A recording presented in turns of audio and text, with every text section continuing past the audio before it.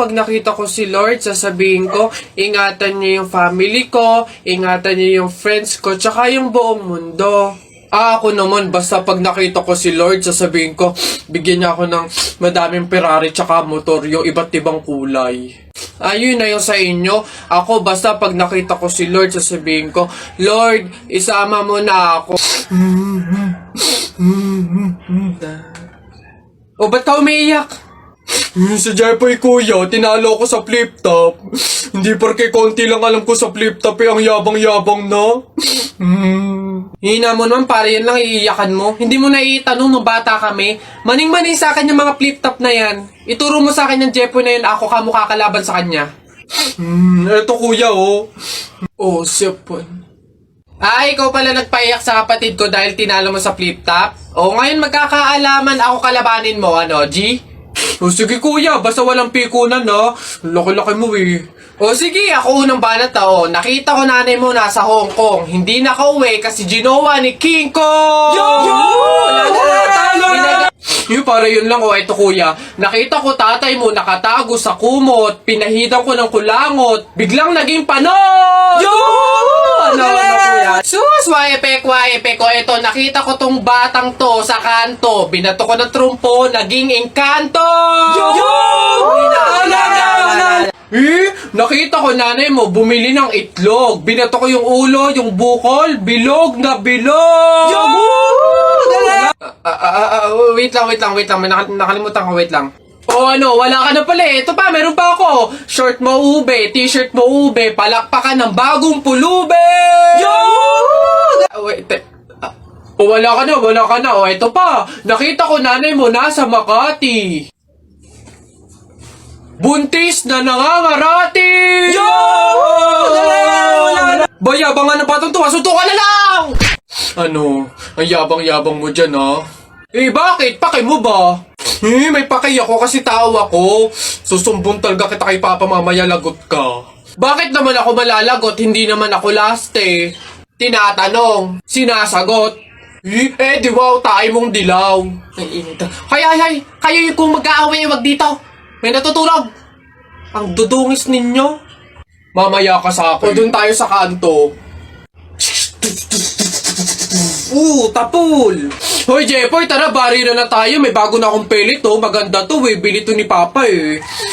Ba't yan binili mo? Ang late-late naman yan. Di na naman uso yung mga pellet na ganyang maliliit, eh. Yung sa akin, mahaba. Isang ganun agad, tapul agad. Yung sa'yo mukhang mahina, eh. Yan ata yung nangangain ng bala. Duwag ka lang. Takot. Tara. Ano? Magsuot ka na ng mga shield mo. Tapol! Hay, tumigil-tigil nga kayo sa barilan nyo pag kayo nakamat at naka-hospital pa kayo, sinasabi ko sa inyo. Uy, Jepoy, magkano naging pera mo nung bagong taon? Madami akong naging pera. Nung nagpanabog sa amin, dami kong napulot na barya eh. Tapos meron pa 100, may 20, tsaka 50, ano. Ba't ang yabang mo? Parehas lang naman tayo. Ganyan din naman yung naging pera ko nung bagong taon. Yung sa akin nga, iipunin ko eh. Para yung pambili ako ng madaming pellet, tsaka sapatos, tsaka damit eh. Lalo sa akin. Lalagay ko pa nga sa alkansya eh. Para maipon na maipon, dumami pa lalo yung pera ko eh. Bili na kayo. Scramble! Hoy, scramble! Tara, bili tayo! Tara! Larawan ka.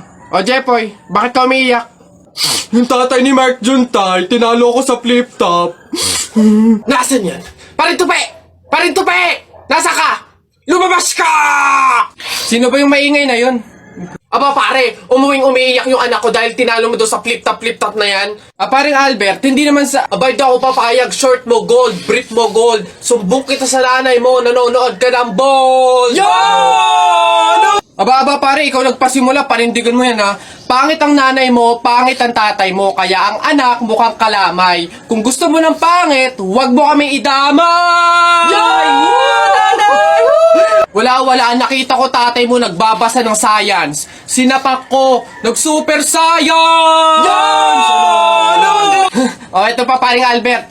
Nanay mo pangit, tatay mo pangit. Ano ka, exempted? Sus! Nakita ko tatay mo, nanay mo, o teka pre, wala na, utal-utal ka na, umuwi ka na lang, magpalobo ka na lang ng sipon, pero eto teka, baunin mo. Piso-pisong malupet, ikay nagpagupit sa tatay mo, malupet, kaso nga lang walang puwet! Yo! Nanay! May araw ka din sa akin, paring Kaloy, sasabi ko sa'yo.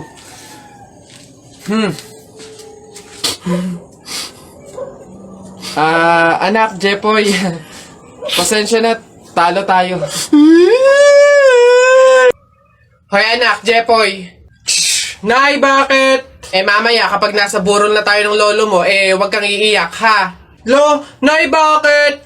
Kasi sabi daw nila, pamahiin daw yon na bawal daw umiyak kapag may burol gawa ng hindi matatahimik yung namatay. Nay, mahirap pigilan yun. Si lolo yung namatay Asundin mo na lang. Basta pag ando na tayo sa burol ng lolo mo, wag kang iiyak. Sige. Lo, paalam na.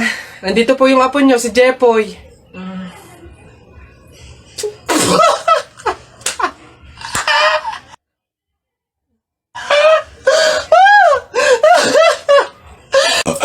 Ay, boss! Kanin pa nga! Dito! Diyos ko, ito na naman itong mga to. Bubulos na naman. Singkarang sisiba kumain ng tatakaw. Pang 50 at ang kanin na nila to. Diyos ko.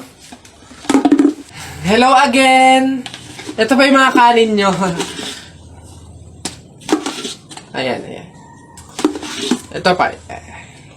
Okay. Ay, wait lang, boss. Dito pa pala sa kasama ko, mga 5 kanin pa. Tama na naman! Ang sisiba nyo kumain ng tatakaw nyo Tirahan nyo naman yung iba, no? Baka maubusan. Parang mga hindi kayo nakain. Kanina pa kayo dito, Diyos ko po, ang litsan, walang kabusugan. Uwi! Diyos ko, dito na tumira Teka, nasan manager nyo? Ganito ba mga empleyado dito? Eto naman si Sir, hindi mabiro. May 3 kaban pa dun sila saing lang. Wait lang. Masyado ka naman seryoso masyado. Gusto nyo lahat ng kanin dito, iuwi nyo na. Ha? Wait lang, teka lang. Dadalhin ko dito pagkasaing, ha? Sige. Sa plastic kayo kumain. Ababastos nyo, ha? Ano ba problema, ha? Hindi ko kasi alam kung bakit dito nyo ako pinapakain sa mga to. Hindi mo alam, sir? Tignan mo yon, ha? Diba, CCTV? Ikaw lang naman yung lagi naming nahuhuling nangunguha ng mga plato namin. Hiyang-hiya naman kami sa'yo, ang kapal na mukha mo. Naubos na yung mga plato namin dahil sa'yo. Hindi ko alam kung bakit ang hilig-hilig yung manguha ng mga kasangkapan ng mga fast food chain. Tapos magtatanong ka pa kung bakit diyan ka namin pinapakain. Swerte mo pa nga may kakainan ka Kainin mo yan! Basta mga pare, ganito ang plano, ha? Kapag andun na tayo sa Mang Inasal, isang PM1 na only rice lang yung o-orderin natin. Isa lang, ha? Tapos PM2 na hindi naman only rice. Makakatipid na tayo nun, guys, kasi doon sa order na only rice tayo, hihingi ng mga kanin. G? Okay? G. Good day, mga sir. Excuse me, order kami, no? PM1 isa na only rice, tapos PM2 na hindi naman only rice, 3. Hoy kayo. Sinong maloloko nyo, ha? Wala na kayong maloloko dito. Alam na namin yung mga strategy nyo. Since mahal yung only rice, isang only rice lang yung o-orderin nyo. Tapos yung iba, mga mumurahin na. Ngayon, pag naubos yung kanin, tsaka nyo pupuntiryahin yung isang only rice lang na order nyo. Bubulos kayo ng bubulos, iisa lang naman yung in-order nyo only rice. Sinong maloloko na hindi? Simula ngayong araw na to, hindi na mangyayari yung ginagawa nyong ganyan. Kung sino lang yung umorder ng only rice, siya lang yung kakain ng madaming kanin. Ay, bawal ba yun? Oo, bawal na nga. Ngayon, kaya wag na kayong magtangkang magdaya-daya dyan mga abutan ng kanin nyo na yan dahil pababantayan ko kayo. Pasok! Kala nyo tignan natin ngayon. Hoy guys, wala na tayong kanin. Hindi tayo lahat pwedeng humingi ng kanin kasi isang only rice lang naman yung order natin. May nagbabantay pa. Hoy, nakikita at naririnig ko kayo, ha? Tigil-tigilin nyo yung bulungan nyo at pandadaya nyo. Sabi ko sa inyo, kung sino lang yung umorder ng only rice, siya lang yung kakain ng madaming kanin, ha? Excuse me po, magtatanong lang po, mawalang galang na. Wala po kasi kaming chicken oil dun sa table namin. Ay, hihingi lang po sana ako. Ha? Chicken oil? Bakit? Dahil buto-buto na yung manok mo. Para saan? Para yun naman yung ulamin mo ng ulamin kapag bubulos ka na ng madaming kanin. Alam ko na yung mga strategy yung ganyan. Kapag nga naman naubos yung manok na dapat tinipid nyo, ang pupunteryahin nyo naman yung chicken oil namin. Kasi nga naman masarap yung chicken oil namin, pwede nga namang ulamin yun. Dahilan para mapakinabangan nyo yung only rice. Alam ko na yan, wala na kayong mauuto dito. Visit? Akala nyo, banu-banu ako, no? Akala nyo, hindi ko malalaman yung iba pang mga strategy nyo. Hindi po to chicken oil. Wala po tong lasa. Ay, wow! Ikaw pa tong nag-inarte. Alam mo, kulang pa nga yan eh. Asin. Budburan mo ng asin para magkalasa. Chicken oil, chicken oil. Wala na, ubos na. Anak! Nay, bakit? Matutulog muna ako saglit. Ikaw muna magbantay sa burol ng lolo mo, ha? Wag na wag mong iiwan yon. Dapat daw laging may kasama yon. Ha, bakit naman dapat laging may bantay? Pamahiin. Pag daw iniwan mo yung patay dun sa kabaong, papalitan daw yan ng puno ng saging ng mga engkanto. Sige, Nay. Naantok na ako eh. O siya, sige na. Lolo, inaantok na talaga ako. Pasensya na. Matutulog muna ako saglit. 5 minutes lang, ha? Di naman siguro totoo yung mga pamahiin na yan. Kanto. Sige. Bakit walang bantay dito sa burol? Ang lolo! Lolo! Sinasabi ko na nga ba? Nay, bakit anyari? Wala na yung lolo mo. Ha? Wala na sa kabaong si lolo? Sabi ko naman kasi sa'yo, bantayan mo eh. Kukunin nyo ng mga engkanto at papalitan ng puno ng saging.